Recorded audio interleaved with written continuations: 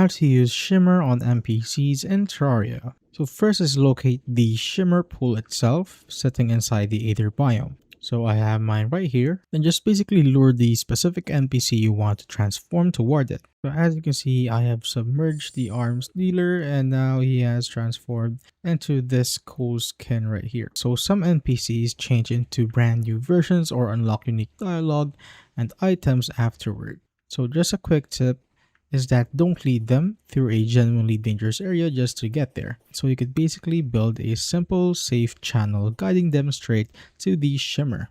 Or you could also have this bottomless Shimmer bucket, make a pool inside your town, or pour it over your NPCs just like that.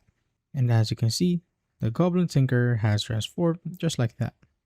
So let's try again with another NPC. Let's try it with this one. And let's see if he transformed. So as you can see, he transformed just like that. And that is how you basically use Shimmer on NPCs in Terraria.